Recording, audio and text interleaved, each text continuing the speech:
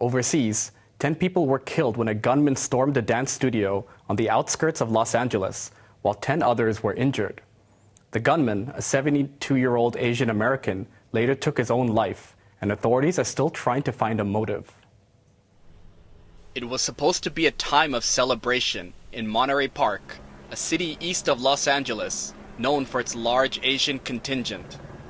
But for tens of thousands of Asian Americans there, their start to the Lunar New Year couldn't have been worse after a man stormed a dance studio and opened fire. The shooting took place just after 10 p.m. local time at Chinese-owned Star Ballroom Dance Studio, not far from a street festival where large crowds had gathered to ring in the Year of the Rabbit. The first officers on scene were some of my youngest officers. They'd only been on the street for a very short period of time. When they came into the parking lot, it was chaos.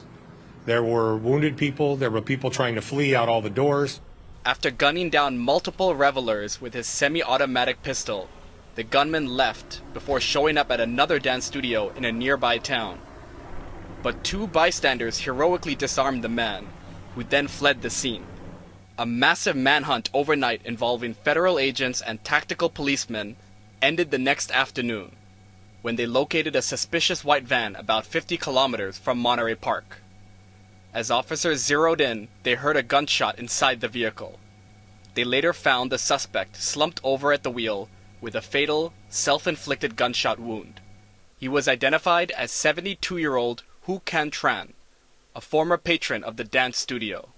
The weapon that was recovered from the Alhambra location, in which, remember, the suspect went to the Alhambra location after he conducted the shooting, and he was disarmed by two community members who I consider to be heroes because they saved lives. This could have been much worse.